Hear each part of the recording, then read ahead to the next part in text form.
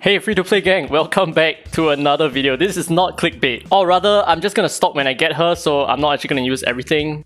Big brain. Now, a lot of you guys say that she's very mid, right? The Fatum sisters are very mid, they're not very good, they're not worth pulling, yada yada yada. So this is my opinion about her without even using her, or rather without using her much. So she has a speed lead for Ritual Miracles, Sonic Miracles, Dislyte Lens as well, and the Dark Star Lord.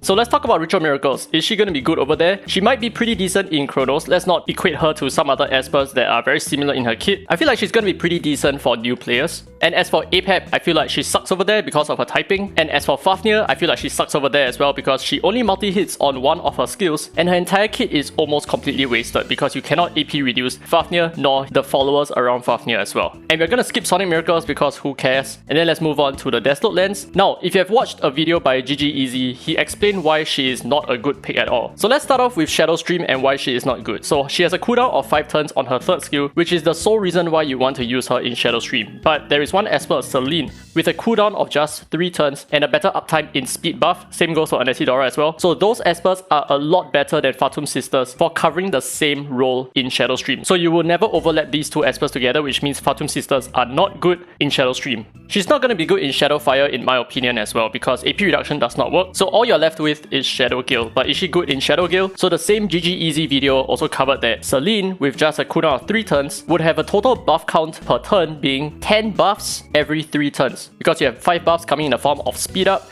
and you have 5 buffs coming in the form of defense up. But as for the Fatum sisters, this is a lot worse. So what you're looking at is 11 buffs over a span of 5 turns, which is tremendously weaker than what Celine is capable of in Shadow Gale. So she sucks entirely for the Dislyte Lens, at least for right now. But then we need to talk about the last map, which is Dark Star Lord. So would you normally use her in Dark Star Lord? There is nothing in her kit that really makes a lot of sense for the Dark Star Lord. There are better alternatives, and she cannot even AP reduce the Dark Star Lord boss as well. So like, what's the point? That's like 50% of her kit. So I feel like she underperforms a lot in the places where her leader buff forces you to play her in. But there is one place where I think she shines a little bit, and that is going to be the tower. So the Temporal Tower and the Infinity Tower.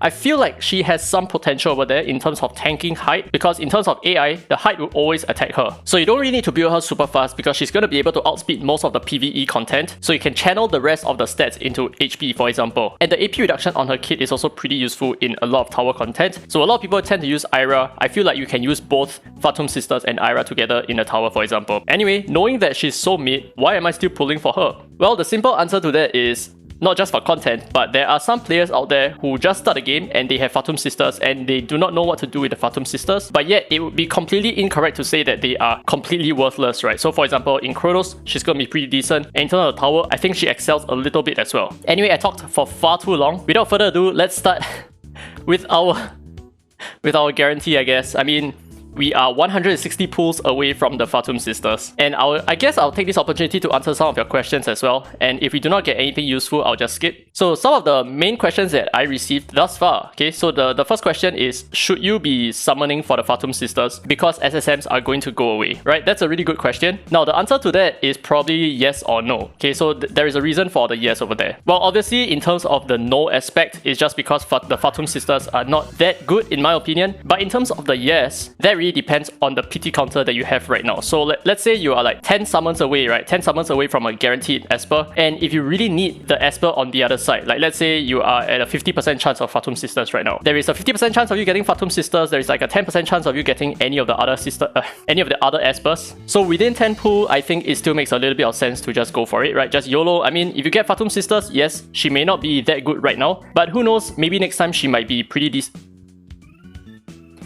Who knows, next time she might be pretty decent when her residence buff comes around. So I think that is something that at least, okay, so I can look forward to some buffs in the future because the Fatum sisters are currently at like the lowest point in their life right now.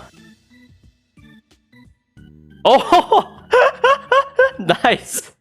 We didn't need to go too far.